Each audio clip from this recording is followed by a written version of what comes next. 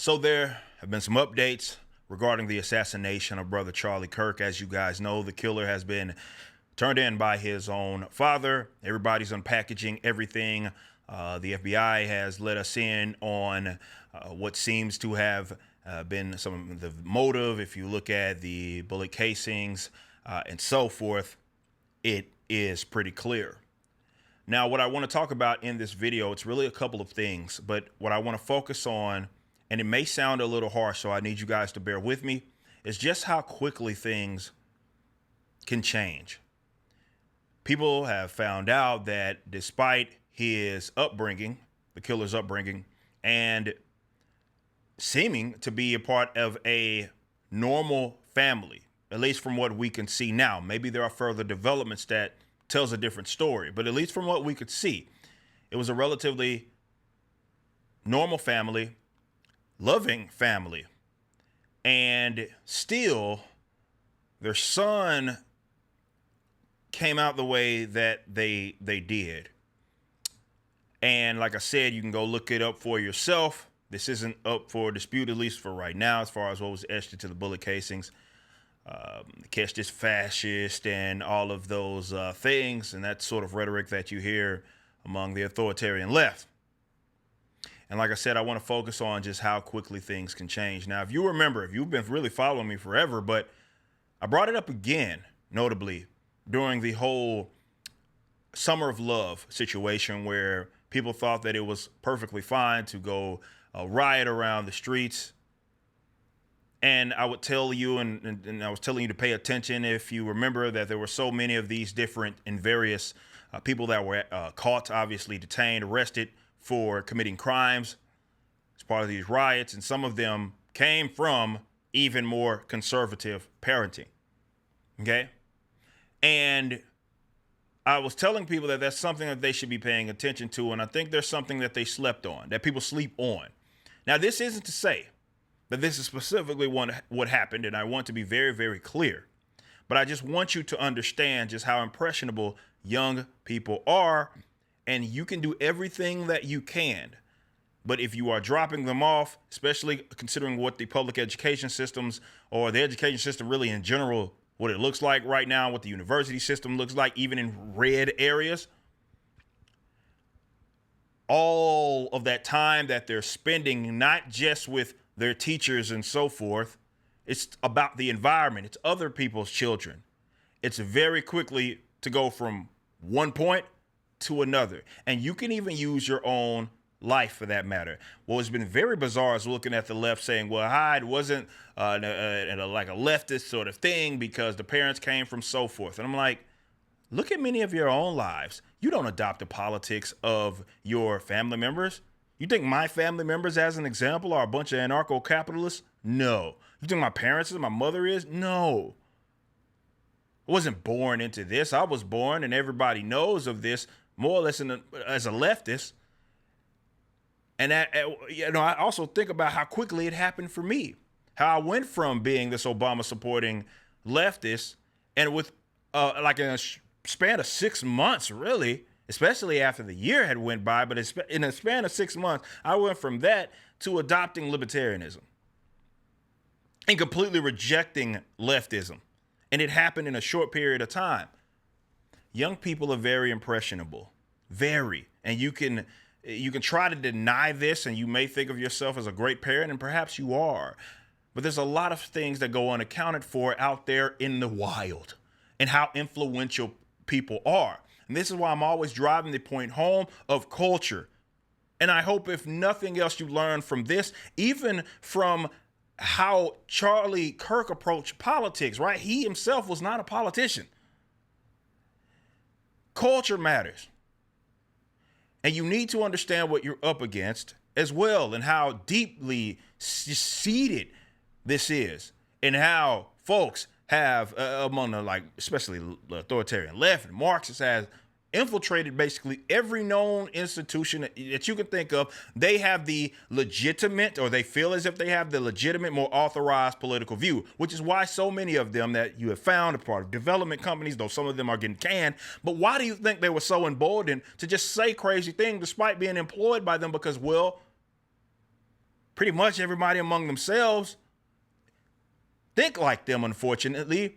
And the ones that don't are quiet because we know what happens. I have people that work for my own company in the Rippaverse that you know they got canned from previous gigs because they didn't think like the hive mind, if you will. It runs deep. It's in all of your entertainment, a lot of the companies that you support. So it's very easy for someone young to be around and exposed to all of this, regardless of how young that they are. And it can happen very quick because they are growing. And you can imagine the wave of emotion someone felt, even if they are incorrect.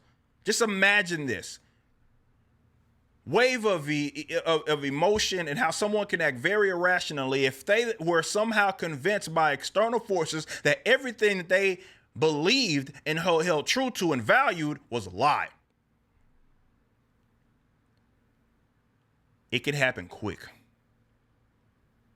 And when I say was a lie, I'm not saying that it was. You get what I'm saying? I'm saying they may believe that, and it makes them act irrationally.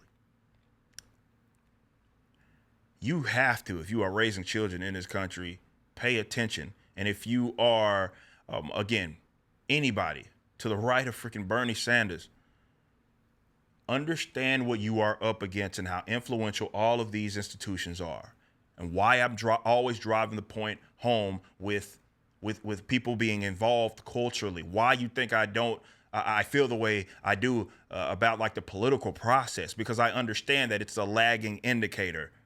Andrew Breitbart especially understood that, as he's famously quoted for talking about how politics are on the downstream of culture.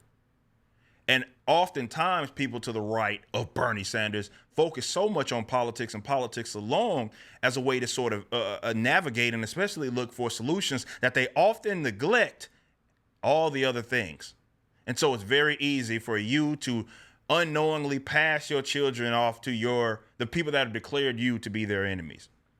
It's very simple, and it can happen quick, where they can go from acting one way and all of the stuff, the values that you raised them on, and completely rejecting them. It can happen very, very fast. And that may be a little frightening, but it's a reality that every single person has to face and address. It sucks. Every time I've talked about this, especially with regards to the school systems, this guy, he was only, I'm not saying that that's specifically what happened, but it's believable because it happened with me. Right? Because you look at how someone's opinions, and especially with regards to politics, can change so quick. It was my first semester in college when the whole Obama thing took place. Right? As far as him running for office. And by the time I had even left the first college that I went to, I was off of that. It can happen quick. I believe he only went one semester. I'm not saying that that's specifically where the influence had come from, but that's the point that I make it. It could have come from anywhere. Could have came from the schools. It could have came from, a community that, he was watching, the streamers, and so forth. It could have come from anything. And he found a community of people that were deranged, and they convinced him otherwise. And convinced him that an innocent person was the part of the problem, as the FBI is reporting, talking to some of the family members or talking to people close to them, how he was talking about how hateful they thought Charlie Kirk was. It happens fast, bros.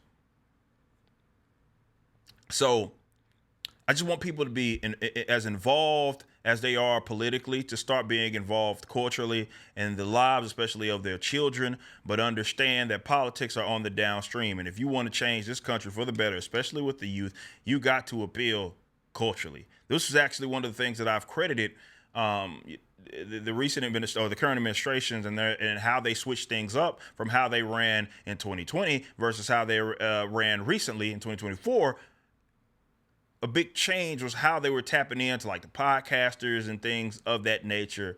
And I believe even Trump himself says that it was his son that put him on game with that.